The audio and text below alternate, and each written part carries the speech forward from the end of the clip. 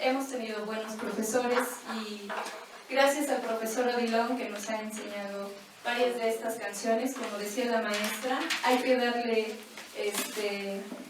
pues gracias, pues les agradecemos mucho la Socamati y también a los niños que están poniendo mucho esfuerzo y están aprendiendo la lengua náhuatl, y una de las principales es por medio de los cantos, la Socamati.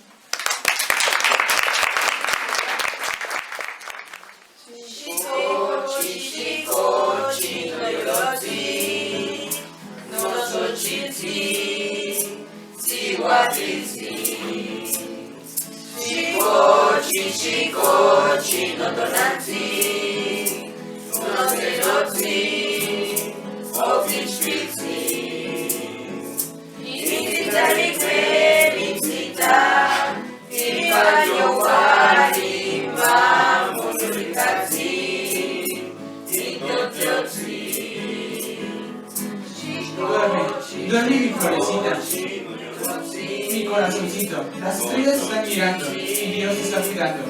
Duerme, duérmete mi lucecita, mi oceanito, mi pequeñito. Duerme, que las estrellas están mirando y Dios está cuidando.